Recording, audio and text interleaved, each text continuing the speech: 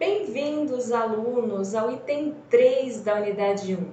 Esse item vamos falar um pouquinho sobre os elementos estruturais. Então, vamos lá. Roda a vinheta.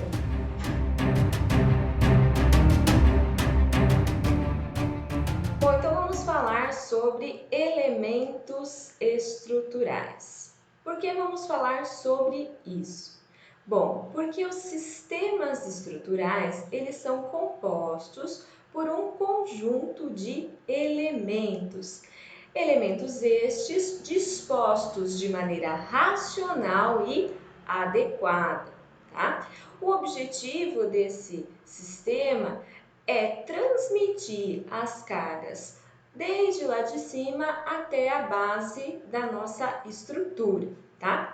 Bom, desde os primórdios da humanidade, o homem vem buscando soluções estruturais, né, para que eu tenha então uma estrutura estável.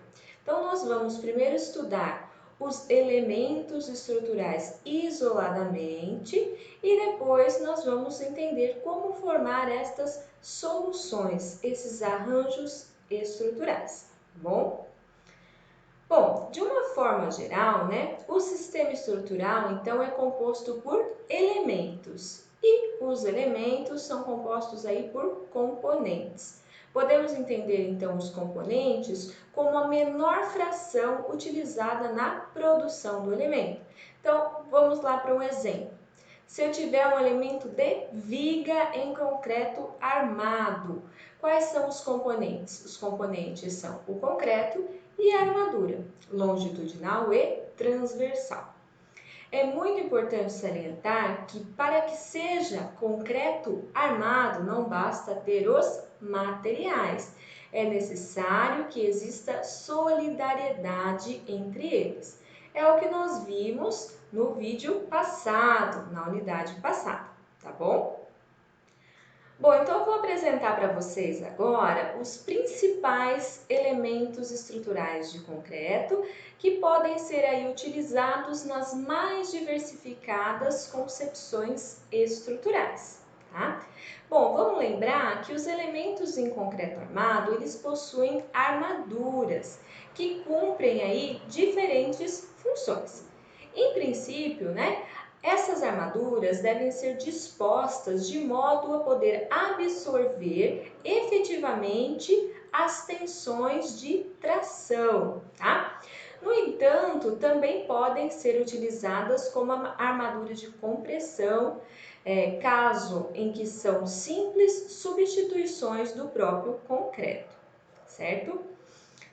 Em qualquer caso, né, a armadura deve estar mergulhada na massa de concreto, havendo sempre um cobrimento protetor que impeça a corrosão do aço. Então vamos lá, vamos ver esses elementos em concreto armado. Bom, de um modo geral, os elementos estruturais podem ser classificados quanto à sua geometria, como elementos lineares, elementos bidimensionais e elementos tridimensionais. Vamos iniciar então falando sobre os elementos lineares, tá? Os elementos lineares também são chamados de elementos de barra. Qual que é a característica desses elementos, tá? As dimensões da seção transversal têm a mesma ordem de grandeza. Porém, né, as dimensões da seção transversal são muito menores do que o comprimento, como eu estou indicando aqui na figura para vocês.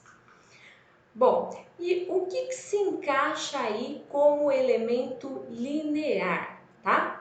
Vão se encaixar vigas, pilares e estacas. Bom, quando a gente fala em elementos de barra, a gente está dizendo que eles podem ser submetidos tanto às solicitações normais como tangenciais. Aí, nesse sentido, a gente pode estar classificando como viga ou pilar. Então, vamos lá. O que seria uma viga? Estou mostrando aqui o exemplo de uma viga em concreto armado. A viga é um elemento linear submetido essencialmente à flexão, né? Então, elas estão solicitadas por tensões normais e tensões tangenciais, oriundas da ação da força cortante, tá? Então, eu posso ter exemplos como vigas baldrames, viga no próprio pavimento, tá? Tenho diversos casos onde são utilizadas as vigas. Bom, se por exemplo a viga estiver suportando uma marquise que não tenha continuidade com a laje do pavimento, além disso, ela terá esforços aí de torção a serem considerados, certo? A viga em geral pode ser disposta na posição horizontal ou pode ser também inclinada. Bom, podemos ter vigas isostáticas biapoiadas, tem aqui um exemplo. Podemos ter vigas em balanço, podemos ter diversas situações aí de vinculações para as vigas em concreto armado. O que nós vamos observar aqui? Olha só, nas vigas engastada livre, como essa que eu estou mostrando aqui, né? Assim como são as lajes em balanço, ensacadas e marquises, a armadura longitudinal principal deve ser posicionada na parte superior do elemento, tá? A fim de resistir aos momentos negativos que existem nessa região, que geram tensões de tração na face superior e assim evitar a fissuração. Na viga biapoiada, né, ocorre o inverso, porque eu tenho a fibra mais tracionada do elemento na parte inferior, o que vai exigir que eu tenha então a armadura nessa posição para absorver as tensões de tração que ocorrem ali. Bom, em caso de vigas, aí onde eu estou considerando apenas a flexão, então eu tenho uma armadura resistente, né, que no caso da viga biapoiada é colocada na face inferior, tá? Mas eu tenho que ter também uma armadura construtiva, que ela é colocada na parte superior e serve como porta-estribos, tá? Bom, aí para resistir às tensões de tração decorrente das forças cortantes, são empregados estribos ou barras dobradas. Estes atravessam a alma da viga, indo de uma face à outra. Bom, além das vigas isostáticas, nós também encontramos nas edificações uma grande quantidade de vigas hiperestáticas, ou também chamadas de vigas contínuas, tá? Essas vigas apresentam um número de restrições superior ao mínimo para deixar a estrutura estática, tá? Então, ela tem uma melhor distribuição dos esforços. Ainda falando de elementos lineares, nós temos os pilares. Os pilares, eles são elementos lineares, em geral com o eixo reto, usualmente dispostos na vertical, em que as forças normais predominantes são as forças de compressão. Então, estou mostrando para vocês aqui um exemplo de um pilar em concreto armado, tá? Bom, a sua função estrutural é transmitir as ações até as fundações, certo? Embora possam também transmitir para outros elementos de apoio. Esse elemento estrutural, né, quase sempre disposto aí na posição vertical, ele tem seções que variam entre quadrada, retangular ou em L, tá? Se a seção for circular, eles também são chamados de colunas, tá bom? A seção transversal mais utilizada, assim como nas vigas, é a seção retangular. Se a maior dimensão da seção transversal exceder o valor de 5 vezes a menor dimensão, então esse elemento é chamado de pilar parede, tá? Seria aí um caso especial. A sua localização em planta também é importante, né? E ela vai ser importante no dimensionamento. Então, segundo a localização em planta, os pilares em concreto armado podem ser classificados de 3 formas: como pilar de canto, pilar de extremidade e pilar intermediário. O pilar intermediário tem a característica de receber predominantemente os esforços normais de compressão, tá? Pilares de extremidade apresentam aí duas solicitações importantes, que são o esforço normal e o momento fletor em uma direção, ou seja, na direção que a viga não tem continuidade, tá? O último caso aí, os pilares de canto, são aqueles que são solicitados, tá? Por momento fletor nas duas direções, né? Já que a viga ela é interrompida nos dois sentidos, claro, além do esforço normal. Bom, com relação às armaduras dos pilares, né?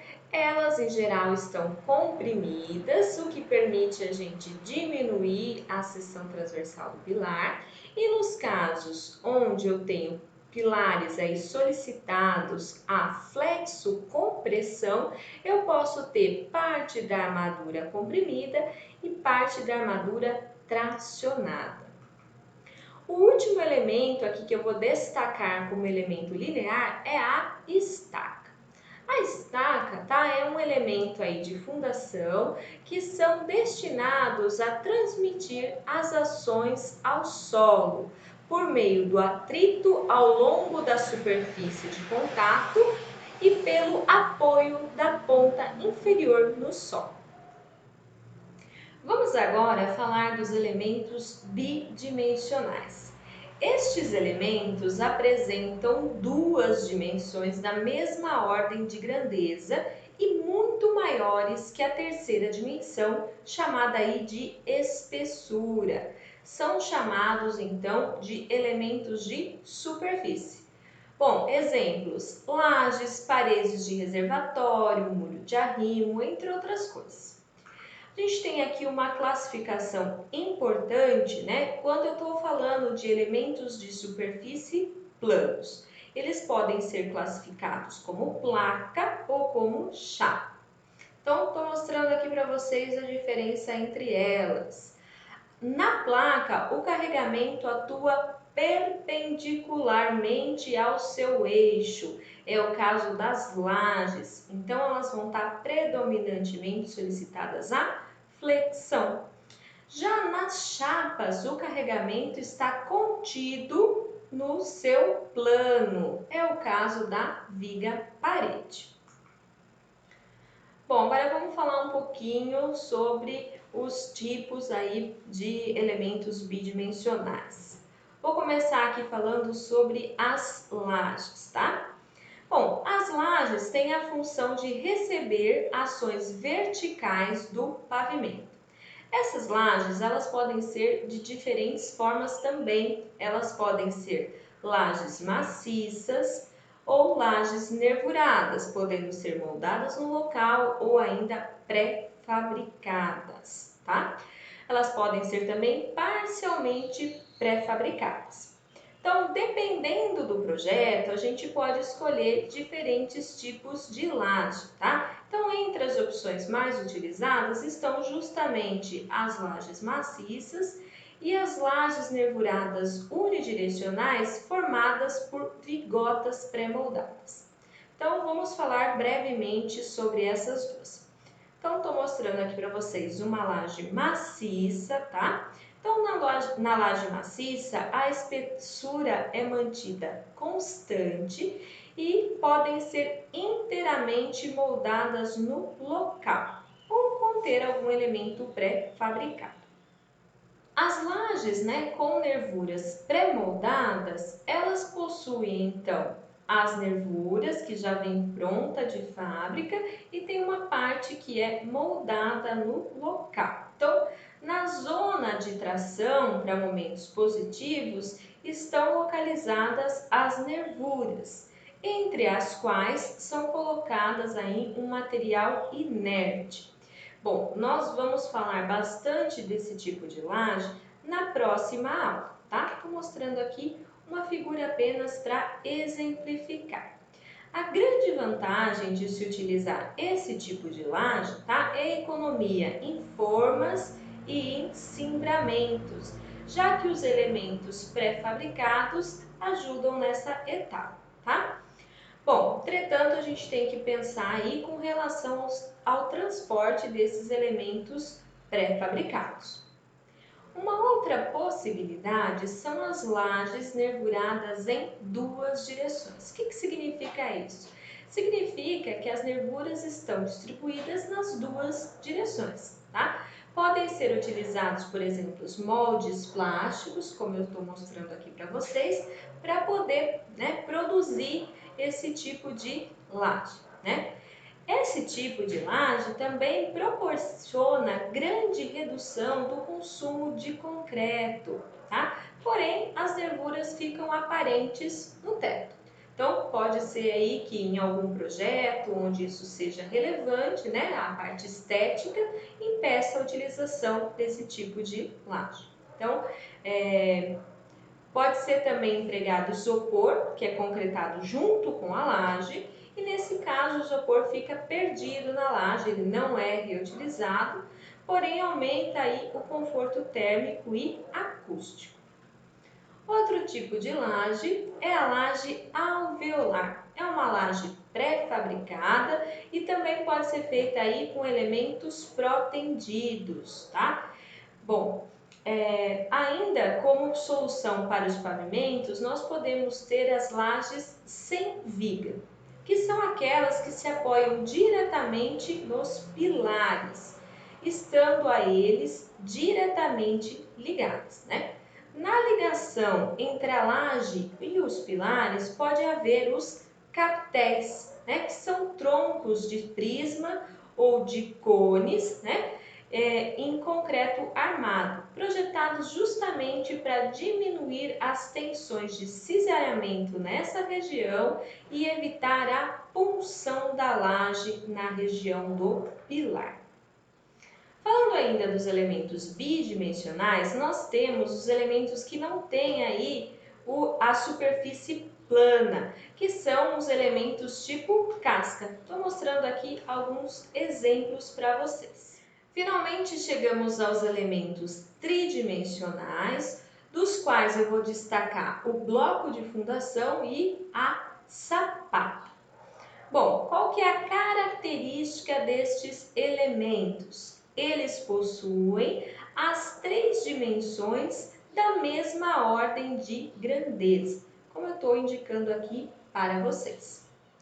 Bom, com isso nós demos uma pincelada, né, por todos aí os elementos isolados e nós vamos guardar esse conhecimento para poder formar os arranjos estruturais, né, e criar aí a nossa concepção estrutural. Mas isso nós vamos ver na próxima aula, no próximo vídeo, que é o item 4 da unidade 1. Vejo vocês lá. Tchau, tchau!